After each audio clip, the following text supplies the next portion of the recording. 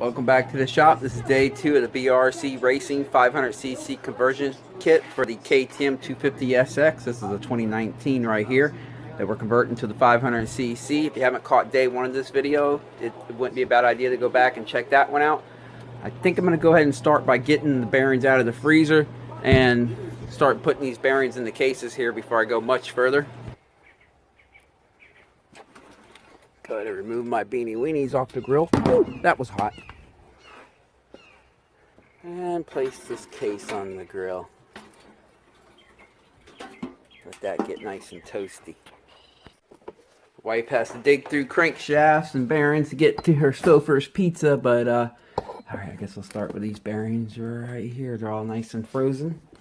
And the crankshaft, or the crankcase, should be good and hot by now. I got it set on low here. I'm not really looking to get it overly hot, and there's nothing on it right now that can melt anyway, but they should be nice and toasty. Alright, I'll start with the balancer shaft here bearing.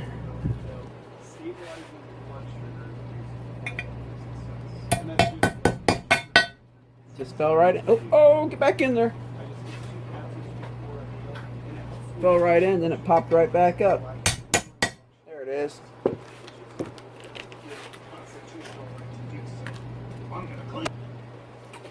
Alright, got to put the seal in now.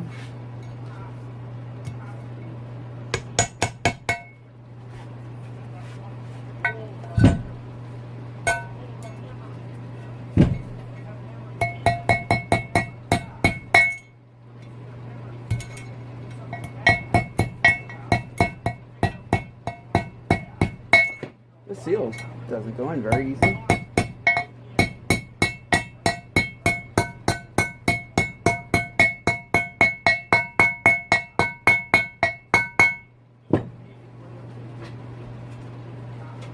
Alright, that's all the way in.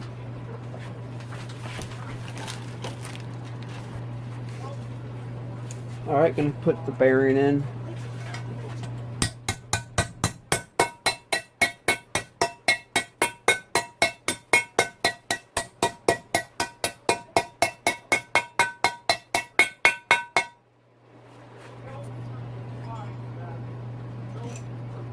Make sure she's fully seated.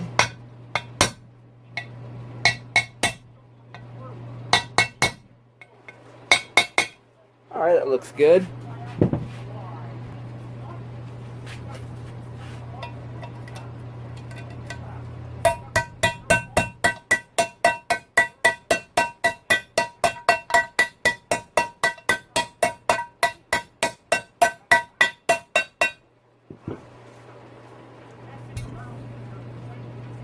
She is all the way in. Leave that for now.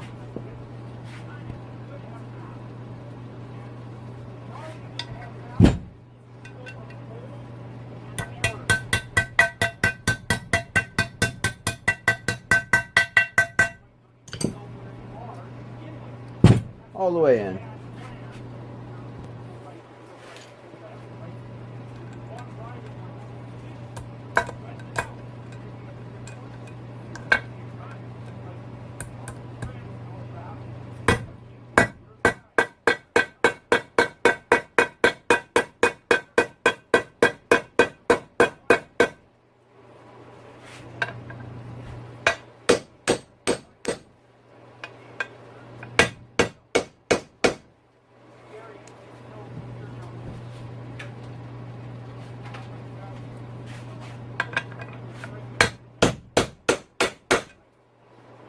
Perfect.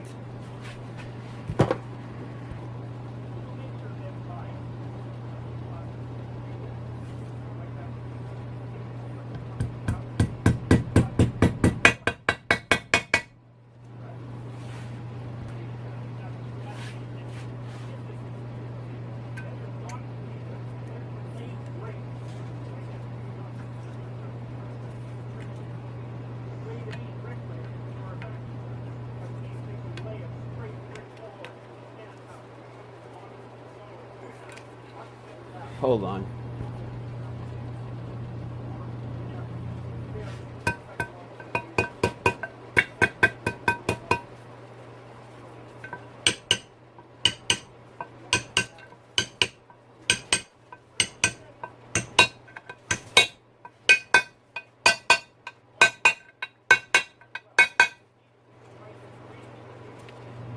looking good.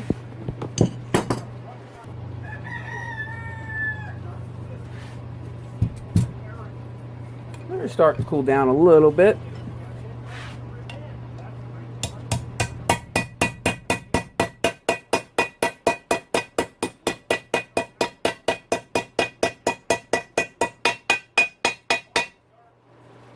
Looking good. Well, I think that's it for this side as far as the bearings. I definitely have some seals to pop in, but while I'm doing that, let me go ahead and put the other case in the oven. Alright, I went ahead and put that seal in here, so I think this is done as of for right now. Can't really see anything. Oh, you know, I believe it needs a seal right here. Let me look for that. Alright, I found it.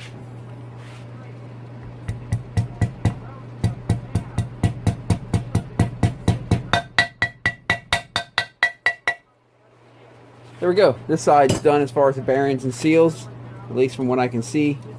So let me go ahead and work on the other side now. Alright. That one just almost fell right in there.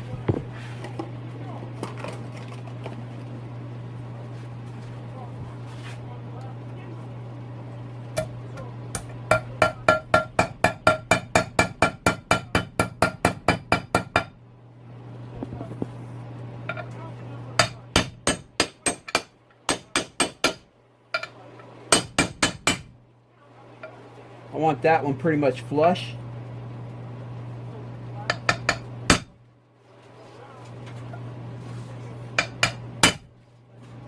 I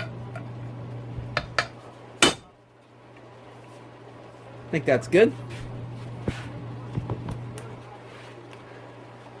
Well, these cases are hot.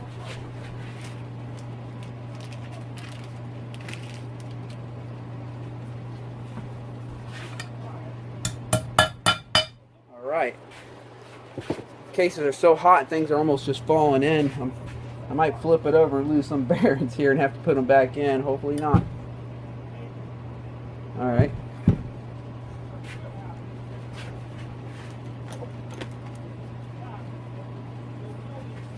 Let me go ahead and start with the larger one here.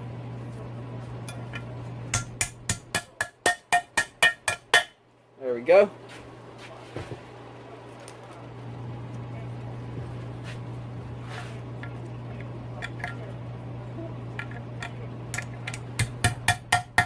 Right.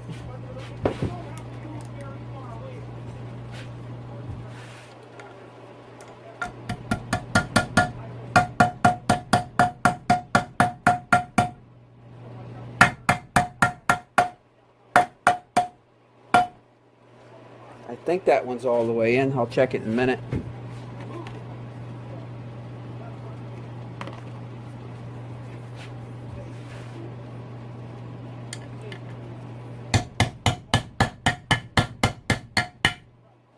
There we go. Yeah, I checked. It needed to go in a little bit more.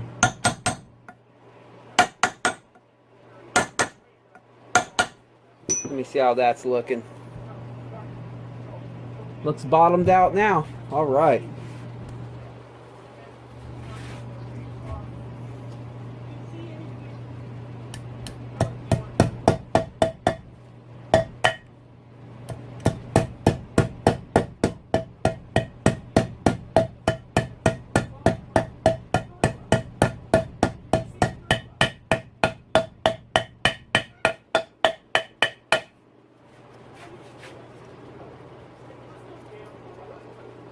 Alright, looks good. Boy, they are still nice and toasty. Oop, that tried to slide out on me. Alright, now I got to figure out what on these cases, the original case here needs to come off, and on this case, I'll first start with this side. I know we're not going to be using the power valve stuff right here, so I don't have to remove that. I believe it came with another one of these, but just in case, let me set that aside right over here. What else do we have? We got that bearing. Oh, for the little lever right here for the Kickstarter mechanism. Let me go ahead and remove that.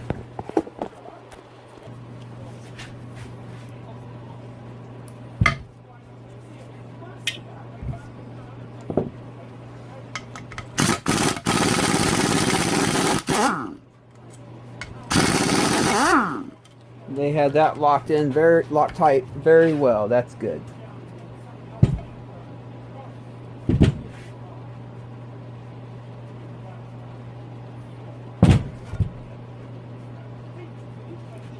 You definitely don't want stuff like this coming loose while you're riding. That could get nasty quick. Alright, put a dab of red Loctite on them.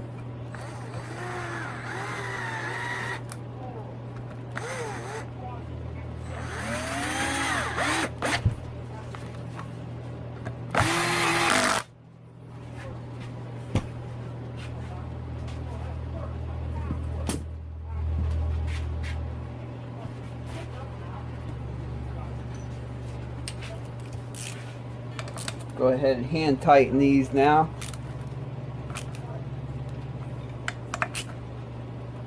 Alright, good and tight. We got Loctite on it too, so she's not going to go anywhere. Alright, after remove these bearing retainers right here. Well, it's a good thing they didn't overly Loctite these little things in. Sometimes these can strip out and you have to drill them out.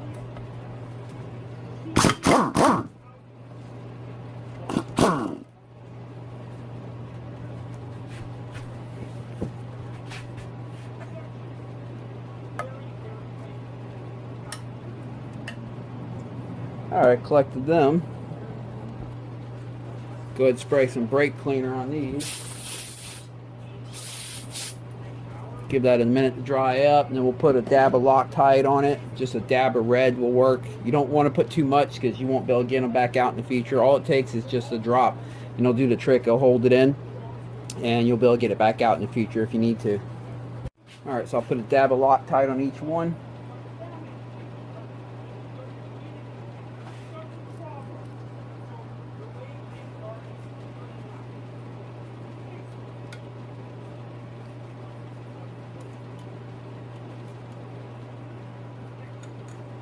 Alright.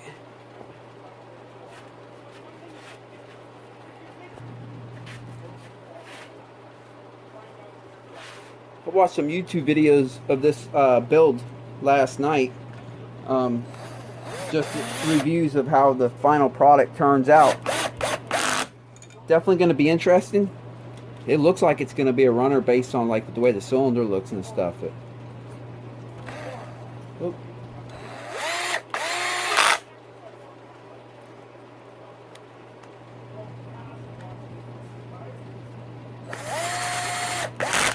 Alright, now I'll hand tighten these to make sure I have them good and snug.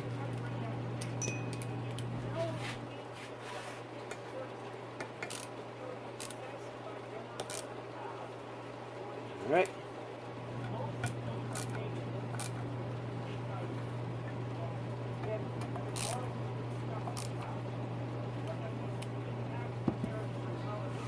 Okay, I'm going to look at both these cases real quick and make sure I'm not forgetting anything between these two cases. Make sure there's not anything else I need to move over from that case to this one. Okay, it looks as if the only thing I really have to move over now is these studs right here, but I'll do that after I have the cases all together with the transmission and everything in there. Save that for a little later. I'm going to look at the left side cases now, make sure I'm not forgetting anything from here to here. So far I do see I need to get these roll pins out of here and move them onto this one.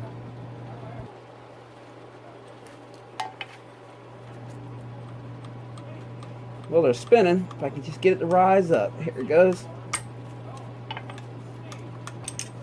There's that one. And get the front one out here.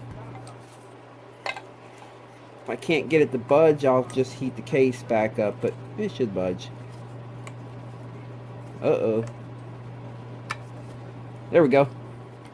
Awesome.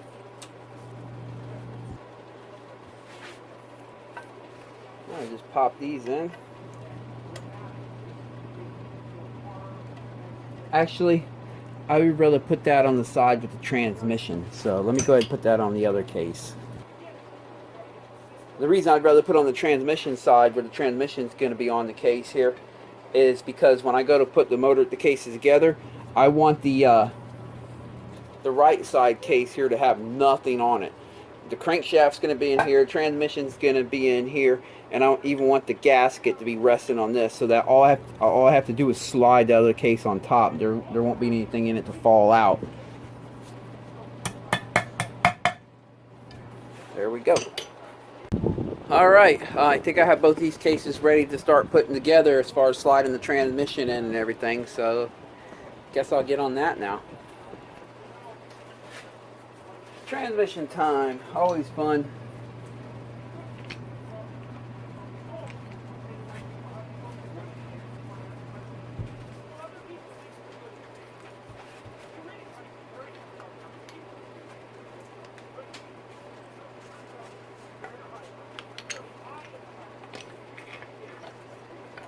Oops.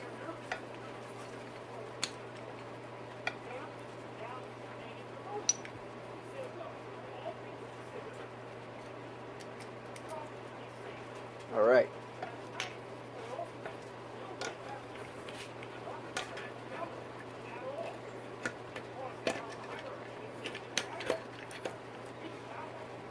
Okay, got that in place.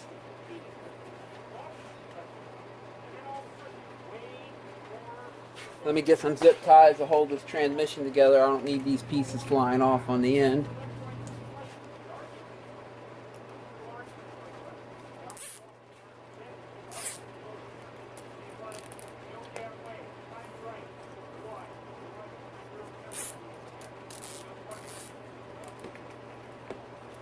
There we go. Flip her around here.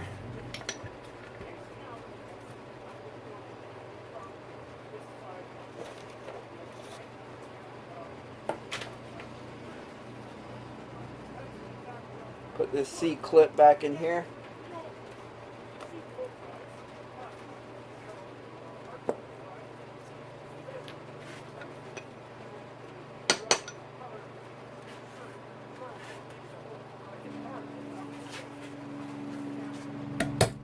There we go.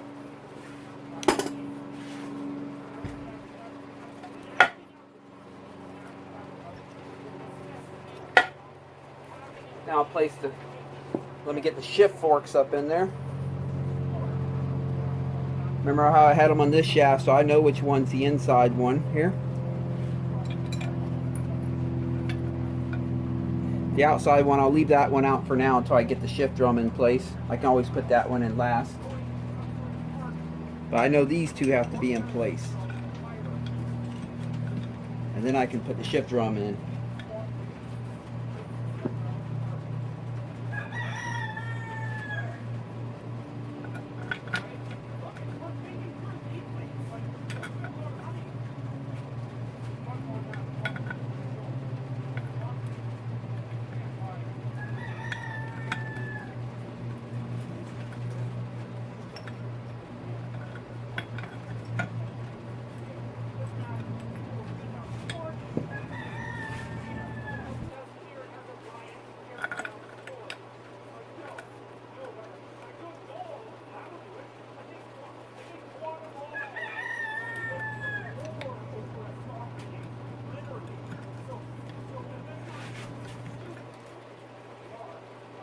Alright, got that one in its groove.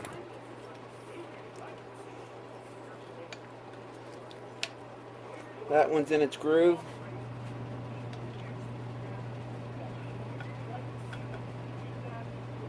I'll put these in for now just to hold them in place. Alright. Hold all this in place while I flip her around gently.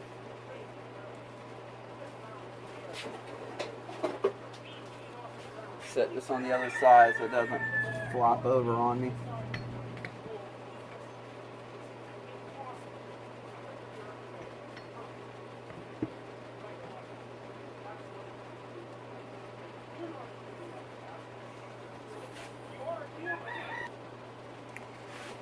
I'm probably only going to put this finger tight right now until I get the cases together, and then I'll come back through.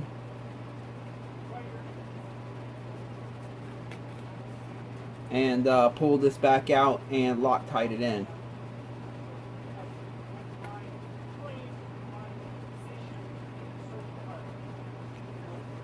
Actually, let me rethink something real fast here. I think I'll attempt to put the shift detent in first.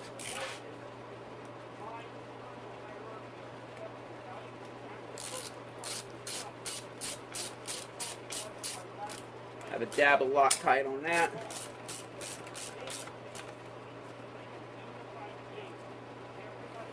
Alright, make sure that moves freely. Yes, it does. Alright, now let me see if there's any way I can hold that up. Alright, I'll use these needle nose vice grips here. There we go. That'll hold that out of our way.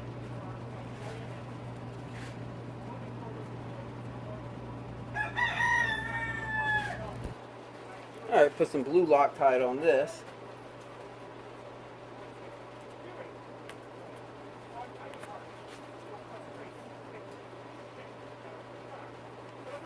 The blue Loctite, you can put a significant amount more than the red. Blue Loctite is pretty beginner friendly. You can make mistakes with blue and be okay. Don't want to make mistakes with the red stuff. You put too much on and you will be paying for it later if you're the one that disassembles your motor.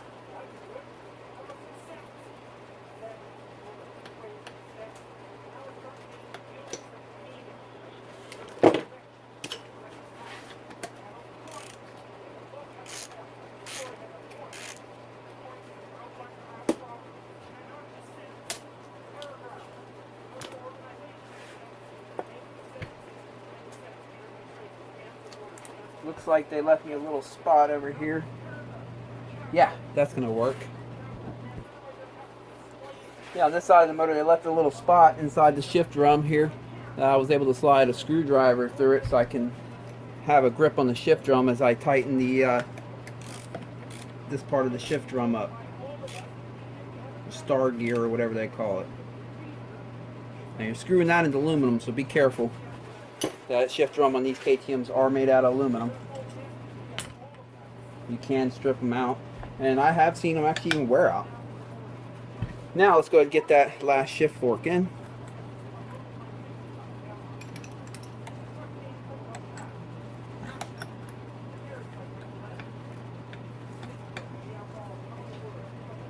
Pull these off so I can test the transmission.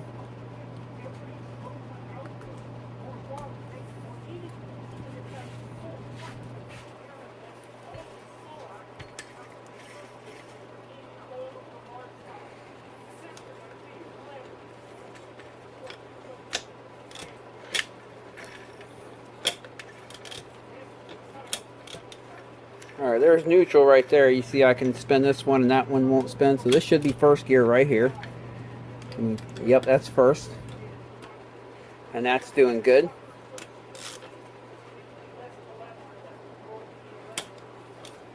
Back to neutral. Second gear.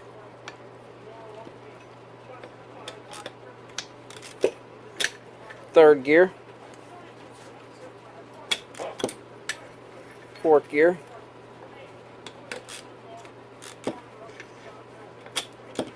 Fifth gear.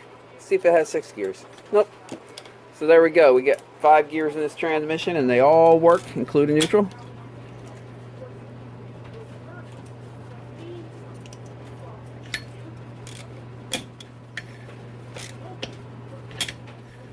I'm going to go ahead and put her back in neutral now. There she is. Just keep her in neutral while we do this job. Alright, I got the crankshaft good and frozen here. Let's see if I can go ahead and slide it in this bearing. Yes, I can. Sweet. With it frozen, it just slid right in. Of course, after you freeze them like this, when they start warming up, they'll get wet. You don't want them to rust. So I will be spraying a little bit of WD-40 on this as soon as it warms up a little bit and starts getting wet, just so we don't get any rust as we're assembling it. But yeah, she's together. Well, check this out. It came with a whole bunch of BRC 500cc stickers, so everyone can know that your bike is no longer a 250 two-stroke or 300, whichever one you go for. That's pretty cool. I found that in the gasket kit when I opened it up. Well, let's see how this gasket fits.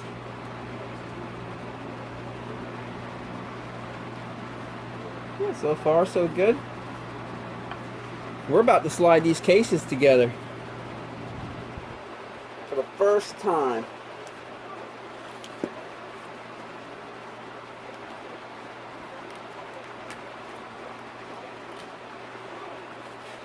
Let me look these over one more time, make sure I'm not missing anything, and we're going to slide these cases together. Alright, I went ahead and put some assembly lube on the seals. And let me put a little bit on this bearing in here.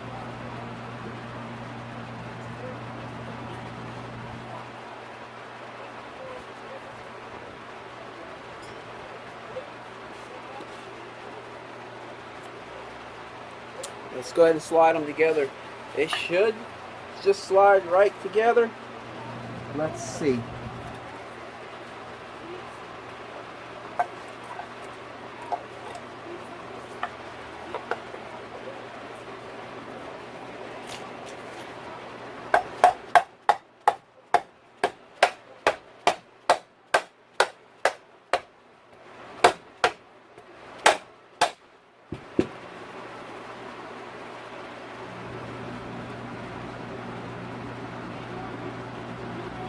Appears there's a little bit of,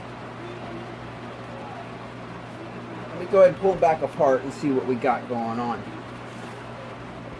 Actually, just appears that the crankshaft slid over just a little bit on that first bearing, so I'm going to tap her over. There we go.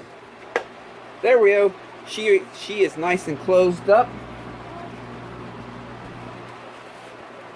All I had to do to slide that crank back over is just put the nut right here, because you don't want to hit directly on these threads and mess them up. You just put a nut on it, bottom it out, put a socket, and you give it some lub taps to slide the crank back over on that bearing. Now we're going to put the hardware in the cases and get them locked in. Alright, using the hardware that they supplied, I just need to figure out which bolts go where. I put in each one at a time, and I just pay attention to how far they stick out. They should all stick out about like 12 millimeters or whatever, 10 to 12 millimeters, but the main thing is you'll find that they should all be equal. So let me go ahead and do that. And for you technical nuts out there, it's about 11 millimeters. You know when you have each one in the right hole, because they'll each stick out 11 millimeters before you start threading them in. That's how I know I have the right ones in the right holes. I don't have one that's too short in the wrong hole or too long. However, the hardware they gave us, I got all these at the 11 millimeter mark, but this one right here is only 6 millimeters. And it does 6 millimeters right here too, or actually less, and about 6 there, and it came with 2 of them, so that's wrong. And then I have this other one, yeah, it measures the same. So these 3 right here, they gave us slightly shorter hardware for it. I'm gonna try to find from the original cases some that will sit out 10 millimeters. Let's see, the hardware from the original cases.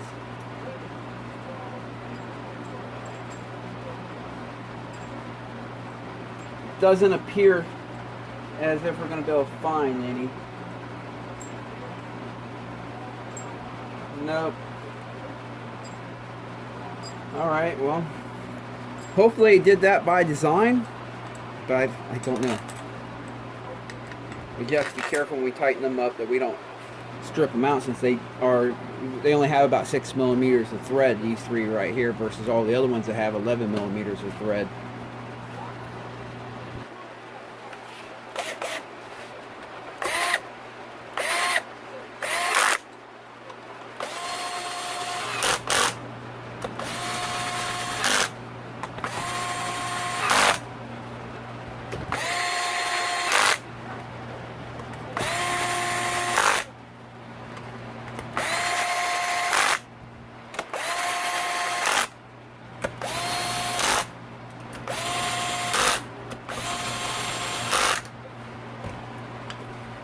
Make sure everything's spinning still.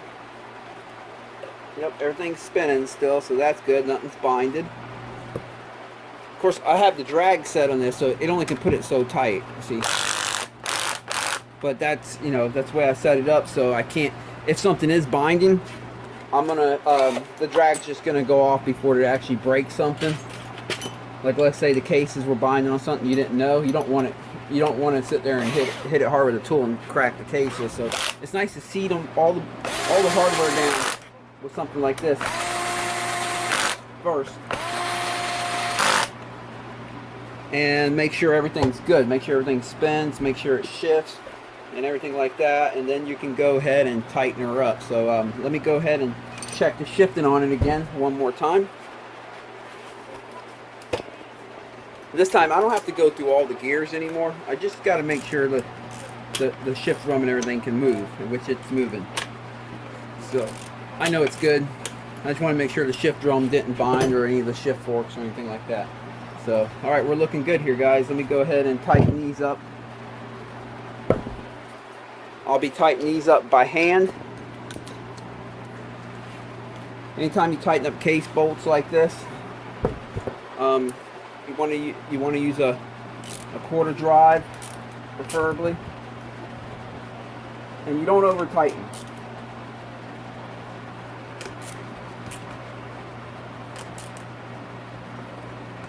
I forgot to bottom that one out.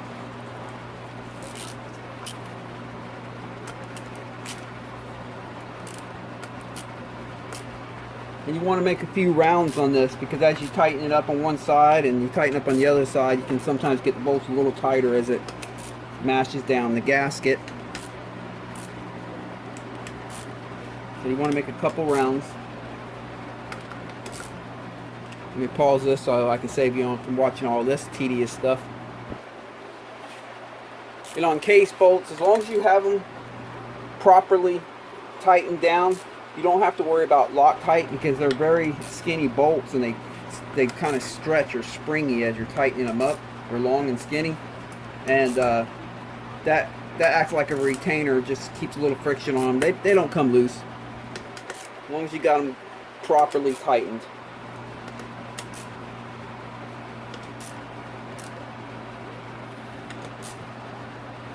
There are torque specs for this stuff. You can follow that if you like, if you're doing your own motor. I've been doing this for a long time, so I know what I'm feeling for. I can tell when you just pay attention when it bottoms out. When the amount of torque that it takes is to tighten it up anymore ramps up significantly out of nowhere, that means it's bottomed out. You just want to snug it against that wall, and that's good enough. Any more than that, you'll start stripping it out, and you don't want to strip them out. It doesn't take much to strip these out, so there's like a fine line between properly tightened and stripped out. There we go. Now we're gonna, here, let me get a razor. Trim this out of our way.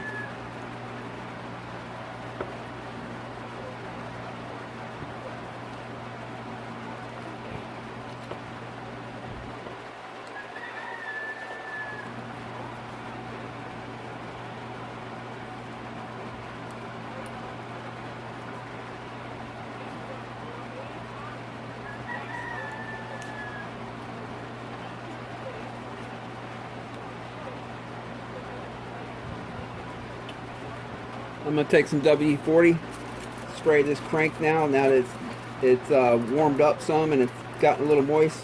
I'm going to spray some of these holes right here. That'll send the WD-40 down to the bearings as well. Spin it around a little bit, just work that in. I'll spray this side of the shaft over here, this side over here. And now I'm going to go dump the WD-40. I'm just going to flip the motor upside down over the trash can here and let that WD-40 just kind of drain out of there. But that pretty much collected all the moisture in there in the water, so we won't have any rust issues as we continue assembling this motor. Well, you know what? I meant to do this modification, or I meant to do the grinding right here that I mentioned earlier in the video, in the first video, before I put the cases together, but I forgot, so we're gonna have to do it now. You can see how much thinner this is right here than right here.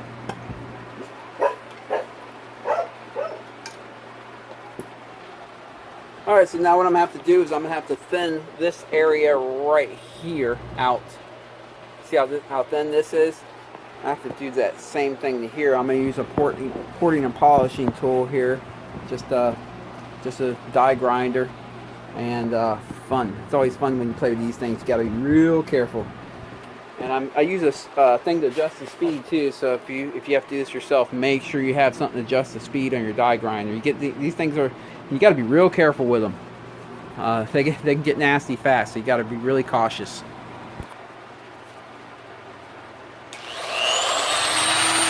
All right, let me work on this for a little bit.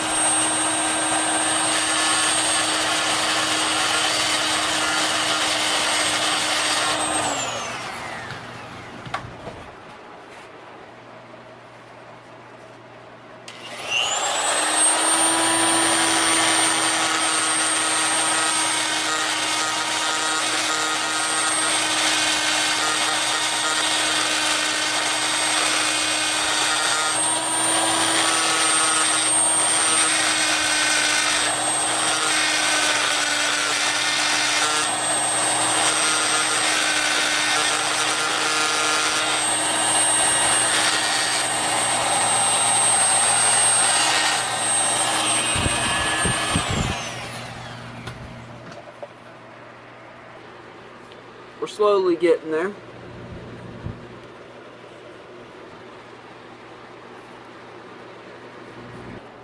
Alright, that's done. Boy, did I have my race face on for that one. You don't want to make any mistakes. And she fits good now. Perfect. Just like on the other one. We'll bolt that down and she'll be good. So yeah, that was one of the things that BRC sent out to the people that just bought their motors, that you were going to have to do that. Something was lost in translation between them and the people that put the cases together, but so we took care of that. And I tried my best to do a nice clean job with the porting tool you can see over here. So she'll be good. Guess now is a good time to go ahead and put the counterbalancer in.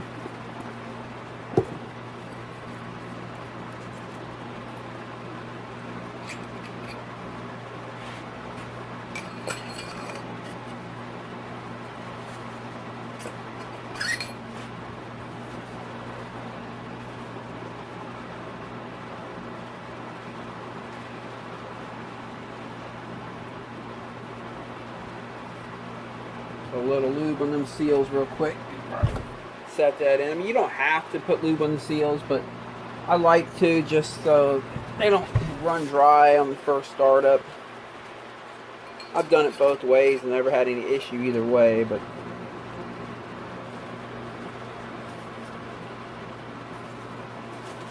all right.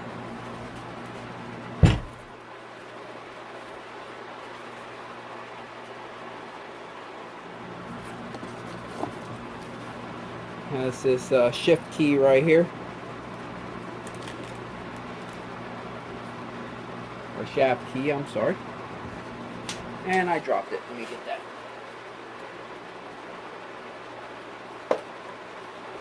Alright. Oops. Dropped her again. Where did she go this time? Oh, here she is. Let me get some needle nose to pop this in, because it's pretty tiny. Let's try it again.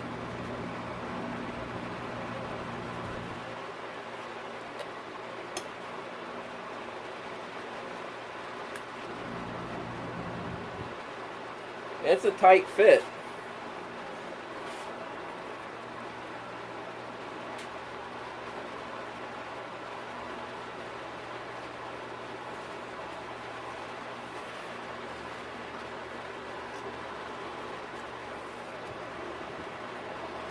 If I could just get her started, I can tap her in.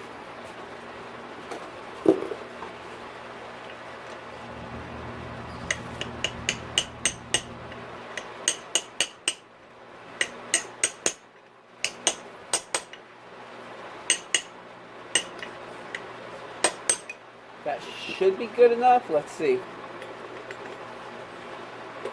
Yep, that's good enough for the girls that I go out with. Alright. I'll go ahead and leave all this off right now. I'm going to wait and torque that down when I get some more stuff on here. So I'll just leave that off. Let me go ahead and get the main crank gear.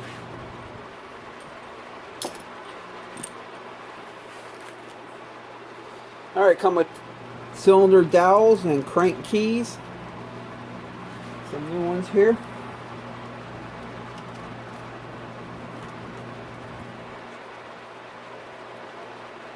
I assume this is going to be that big one right here.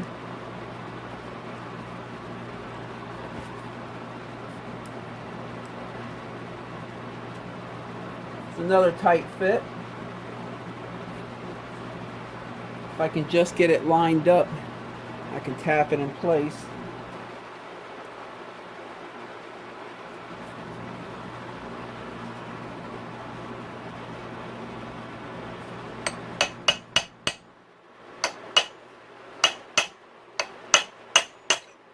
She's tight, really tight.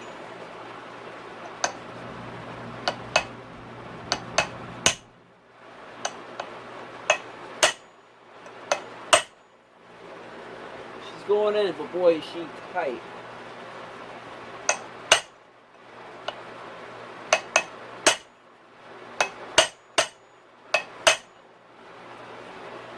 I have to tap her back a little.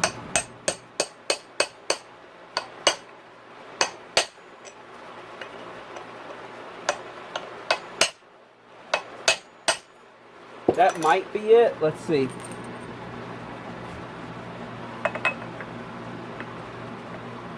Not yet. I think it needs to go back some more.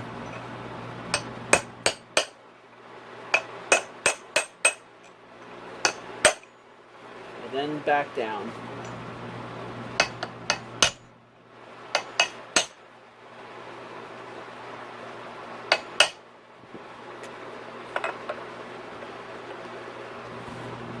It is so close. I think it's going to be a tight fit right here too.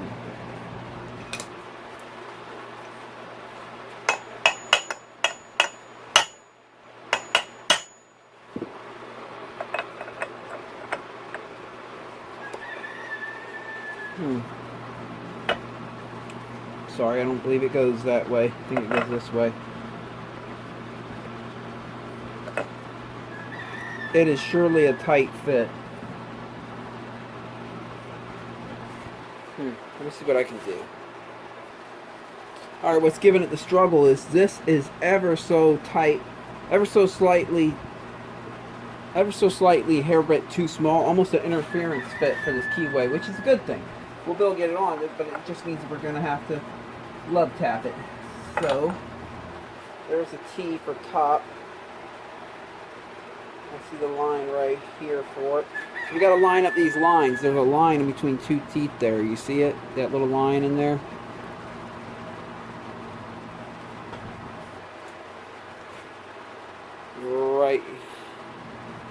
Right there. That little line right there. I have to line that up with this one that says T for top. But first I have to get it on that keyway. It's going to take some love taps. Tight fit.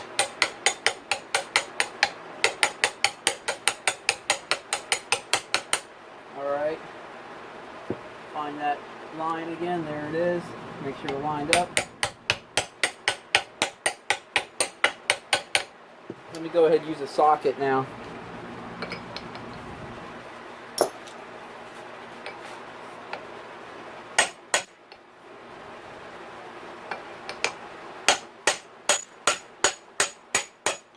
There she is. Good tight fit. They're lined up. Let me verify.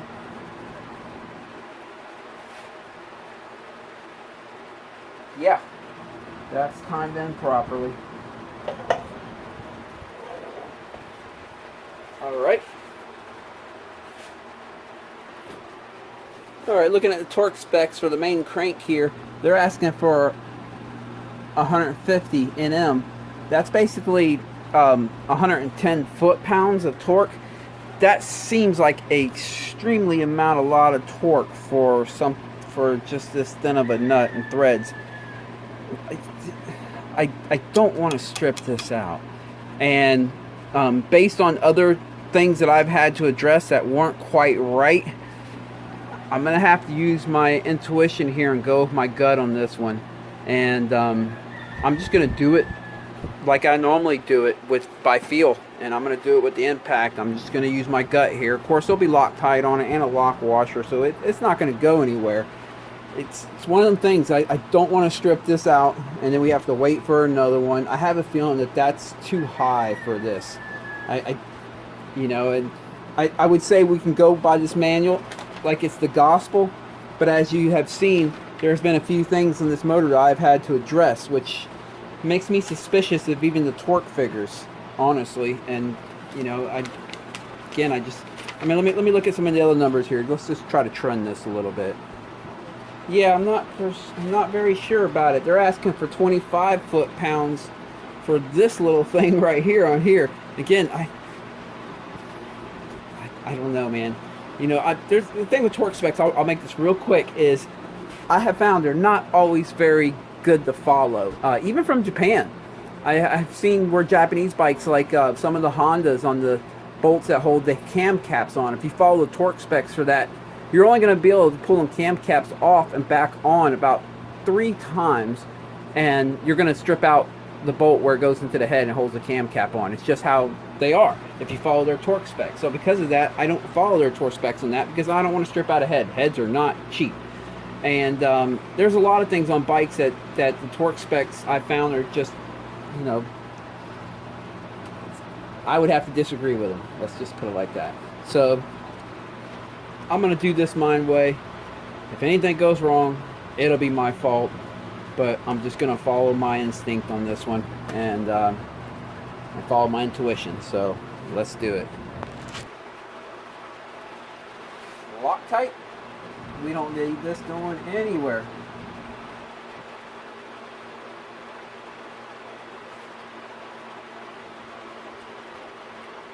This is a big burly motor. Don't need any of this stuff. Matter of fact, I'm even going to put a little more Loctite on it for good measure.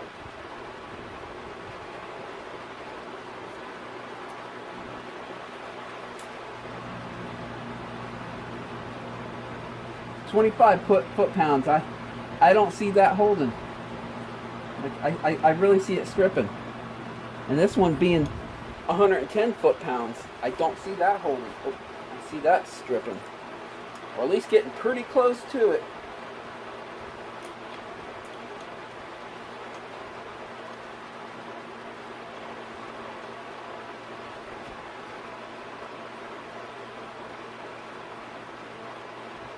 Alright, let me get my impact and get the sockets for these.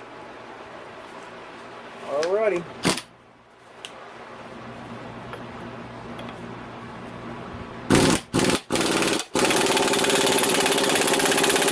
That's just at setting number 1, so it's not really putting that much force down.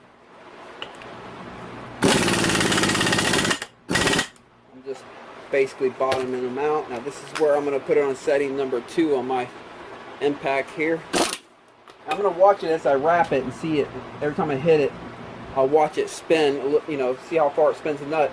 And when I see it starting to slow down every time I hit the button, I know that we're getting to the yield point, where at that point something's going to start stretching or stripping. You want to get, you know, kind of close to that, but you don't want to pass it by any means, not even a little bit.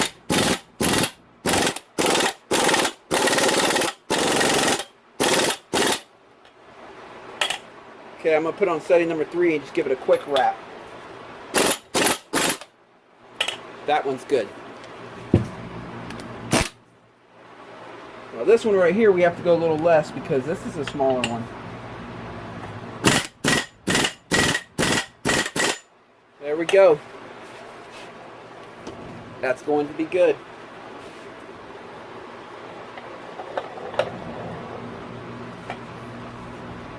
All right. Okay, I think I'm going to head back to the other side of the motor real quick and finish up over there. The only reason I came to this side was really to finish up on the counterbalancer since I was working on this side originally, but all right. Yeah, she looks good.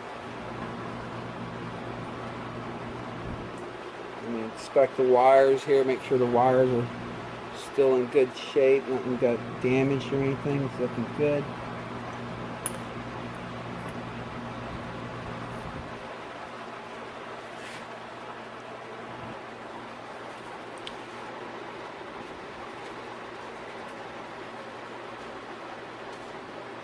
I just put a dab of red Loctite on this. You could use blue, but I feel a little better using red on stuff like this.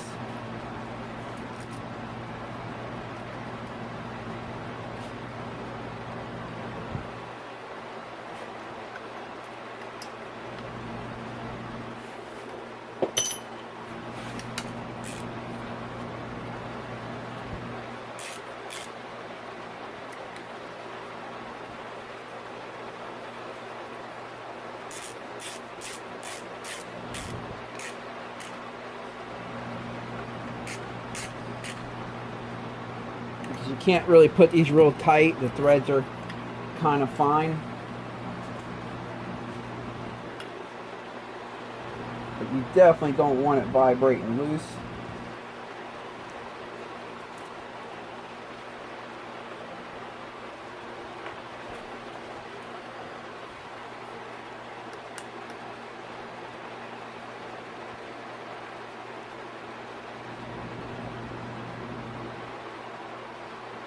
Let me take a second and see how they had that. All right.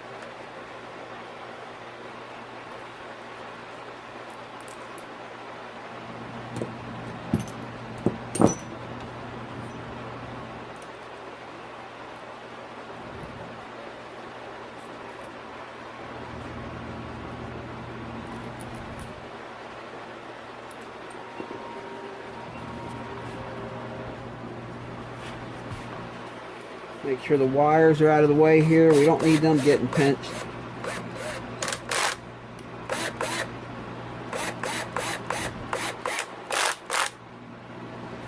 All right. Now tighten that stuff by hand.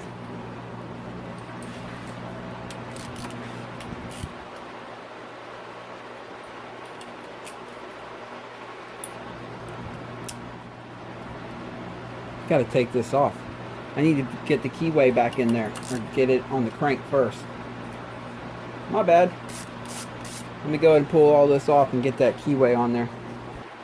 Alright, got that off, so let me pop this in.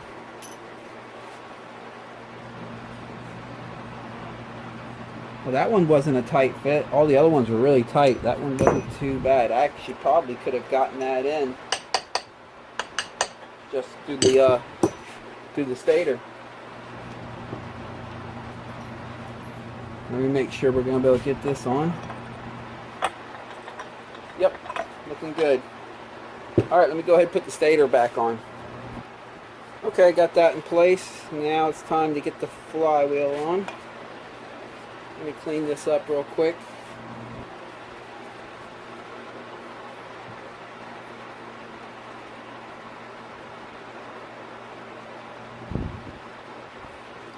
Put some Loctite on the threads there. Big old burly 500.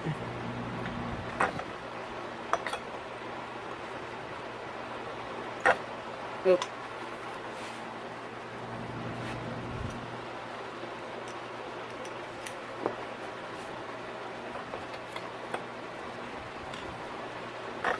Yeah, that's the only problem when these pins fit loose like that. They kind of want to jump out of their groove as you're trying to get everything lined up.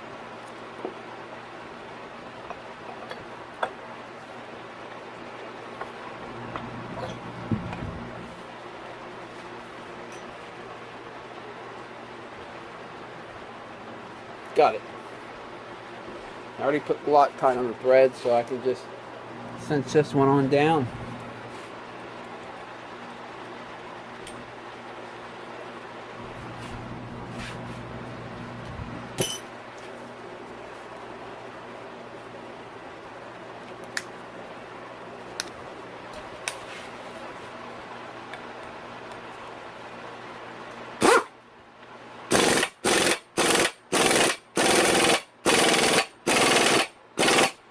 That should be good.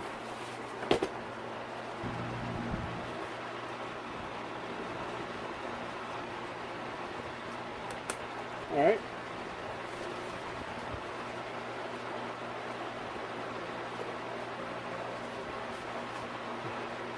Sometimes I feel like a dentist when I do this kind of stuff, or like when I go to the doctor or the dentist and they're working on me.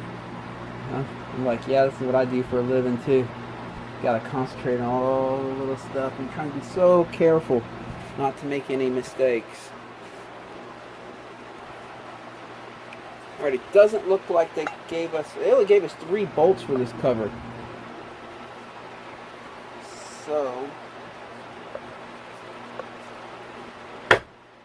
we are going to have to try using the original cover bolts to see how that works out. Let's see. Oh, I don't know.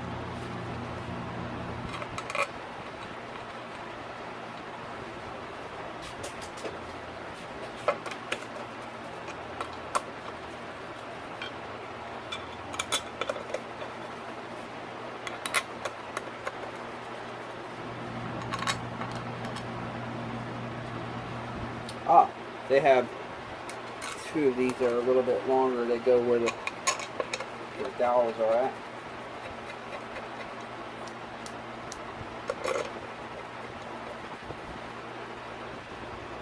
So that actually worked out well. We have 1 left over, but it's all good.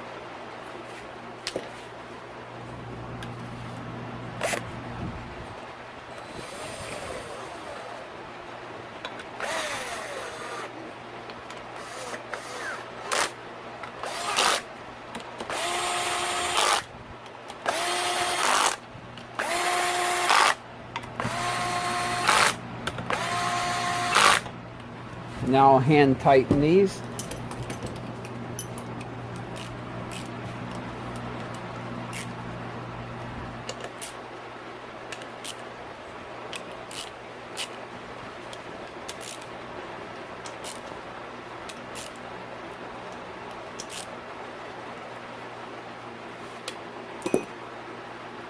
Might as well pop that.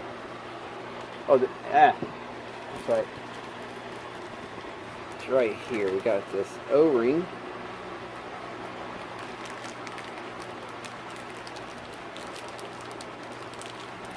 If I can get this out of there.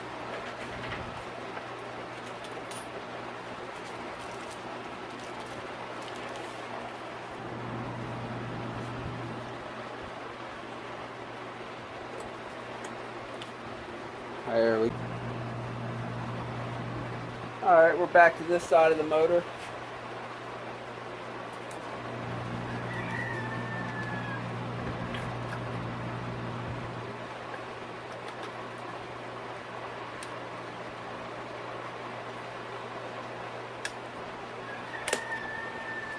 There we go, we got that in. Go ahead and get the Kickstarter assembly in here.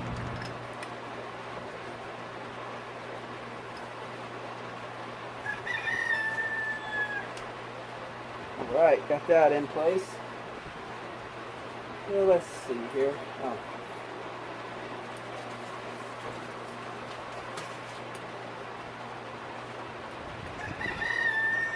Now we're going to go ahead and put the clutch in.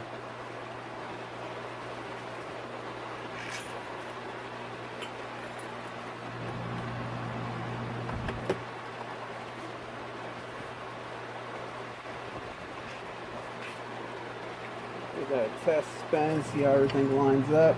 Looks like everything's lining up good.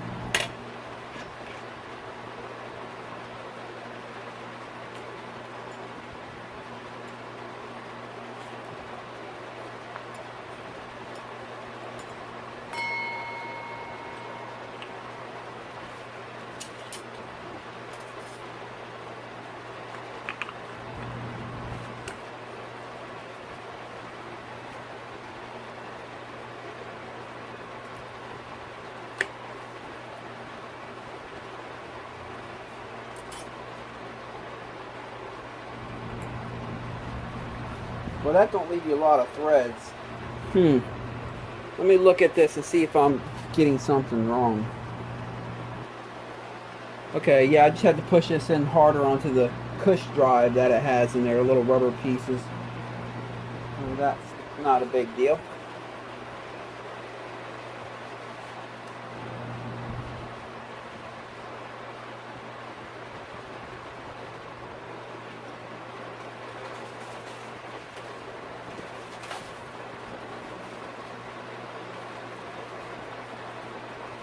I don't like the way that's feeling.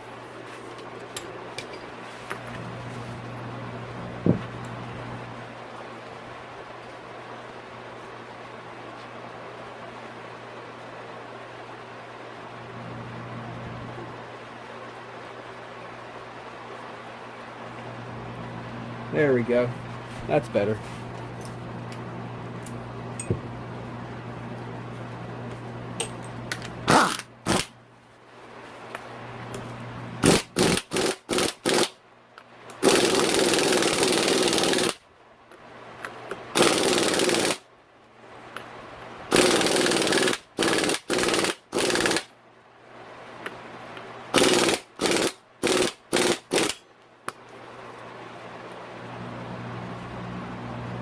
All right.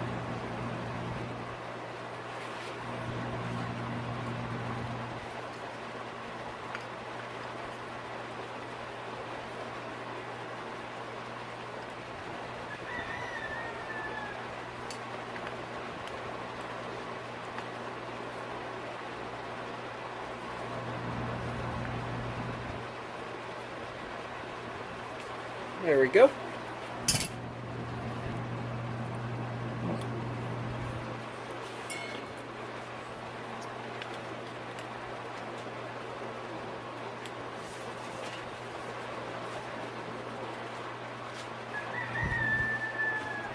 These KTM clutches are definitely a little different.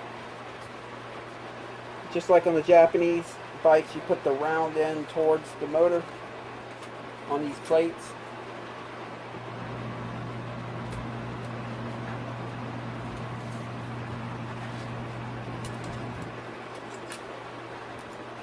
One steel, one fiber, round end towards the motor.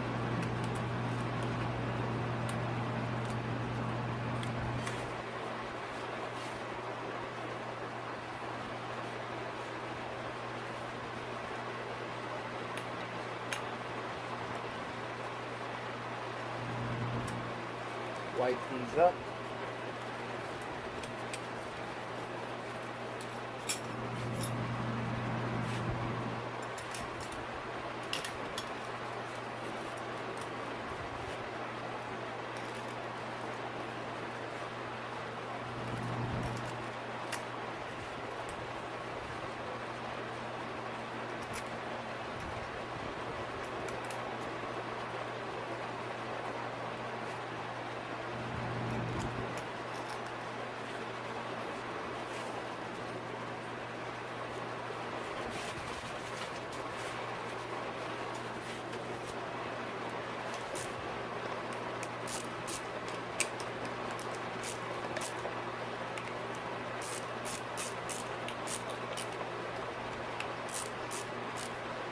Which I'm going to be taking this back off in a couple days after it's on the bike. We're not even going to ride it with this clutch diaphragm on it.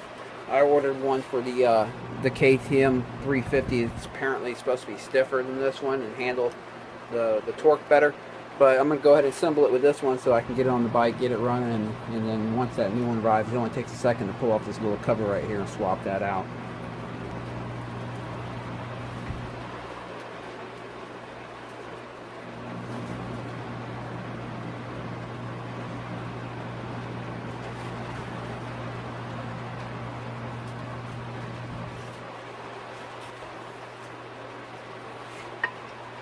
Oh, I still have to put the seal on right here. Let me do that real quick.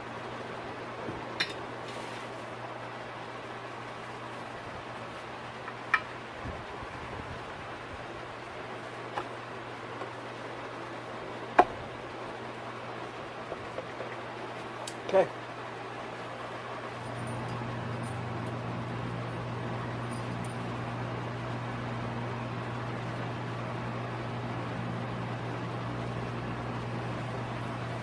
Let's pop the water pump cover on here.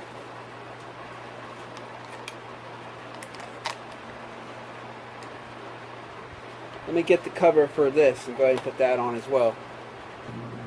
Alright, I have all that back together. It looks like the whole bottom end's complete. Let me clean up my mess over here a little bit and see what we got going on.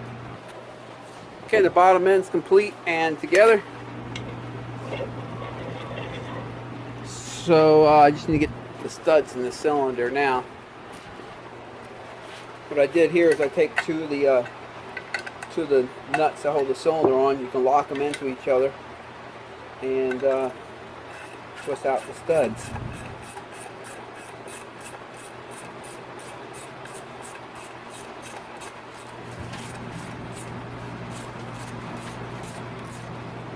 There's one.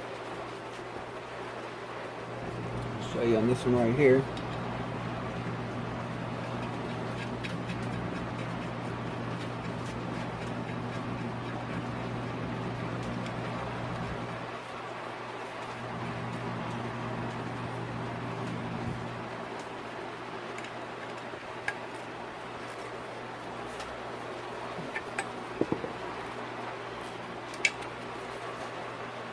Oops.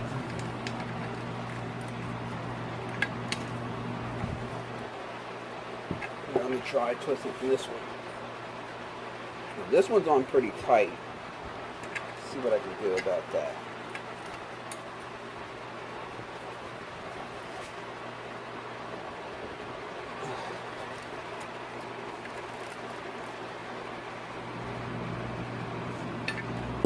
Let me apply some heat right here and see if that helps. Just gonna let that get a little bit of heat right there on the base of it and see if I can get it out in. Alright, that worked. A little bit of heat.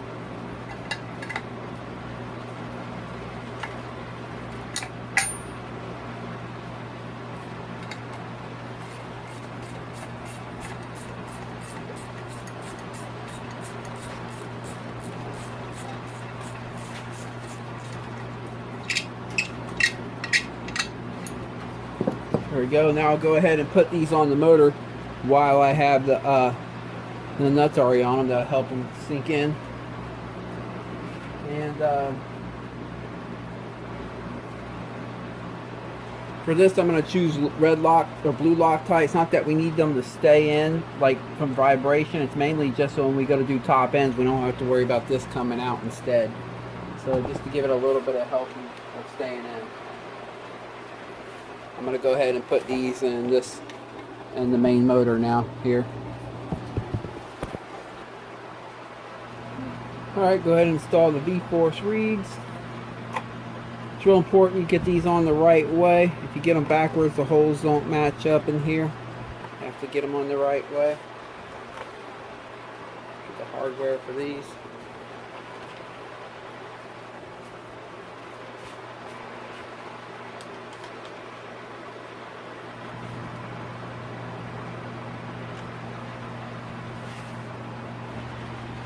Whew, holy cow, the bottom end's complete. Got the V-force reeds on it. All I have to do now is put the piston on it and the jug on it. And, you know, the stuff for the hydraulic clutch and stuff. But, yeah, the bottom end's complete. I'm actually going to put the motor in without the jug on because I didn't pull this motor out, this actual motor. I pulled the donor, but not this actual motor out with the jug on. So I don't know if it's actually going to go back in there with the jug on. Some bikes, when the jugs get too big, you got to pull the jug off first to get the bottom end out. And I'd hate to put the jug on, cinch everything down, and find out it doesn't fit in the frame. So I'm going to go ahead and put this in the frame first, and then we'll assemble the top end. Okay, so I think I'm going to go ahead and put the motor in the frame now. Oh, by the way, shout out to Live Free and Shred, subscriber number 432. Thanks for subscribing to the channel. I appreciate you watching. And yeah, let's go ahead and try to see if we can fit this motor in. Well, she's definitely heavier.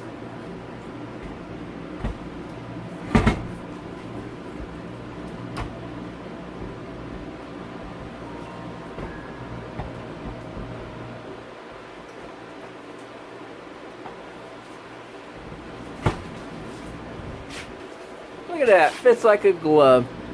Let me go ahead and slide something on this side right here to keep the swing arm in place, so I can pull out the swing arm pivot bolt on the other side, clean it up, and give it a fresh lube job before I put it back in. Alright, she's all lubed up and clean and ready to go.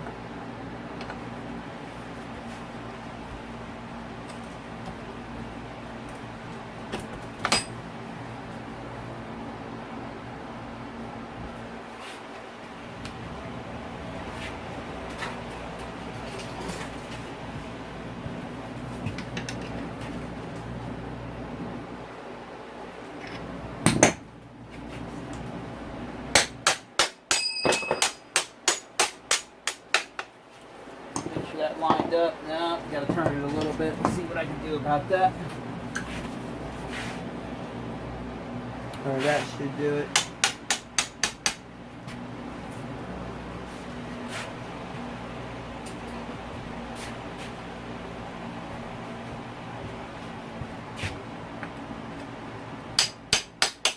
There it is. Alright, put the other two motor mount bolts in.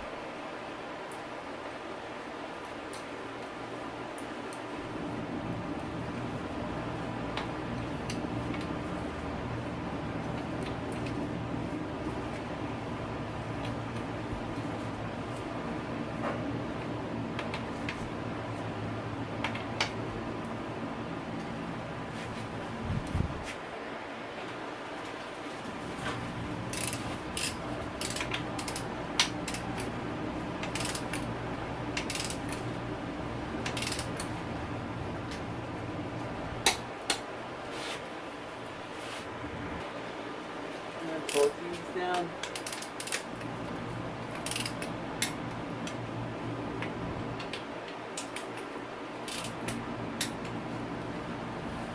Okay.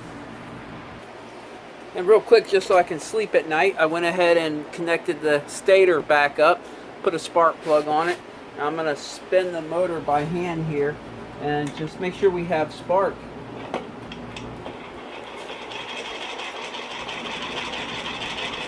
Yes, we do. We have spark, so we are good. Okay, I think this is where I'm going to call it the day. Let me go ahead and seal this motor off so nothing gets in it overnight.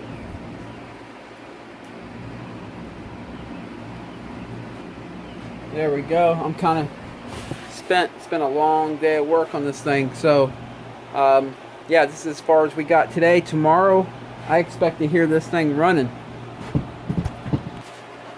So that's the end of day 2. Tomorrow will be day 3. We'll put the jug on, the piston and the cylinder, power valve, the exhaust system, the carburetor. Swap out the ECU to the aftermarket ECU that came with the kit, and fire her up and let's hear how she sounds. That's what we're going to do tomorrow. I appreciate every single one of you guys for sitting through this and watching. Hope you have a good evening, and I hope to see you tomorrow. See ya.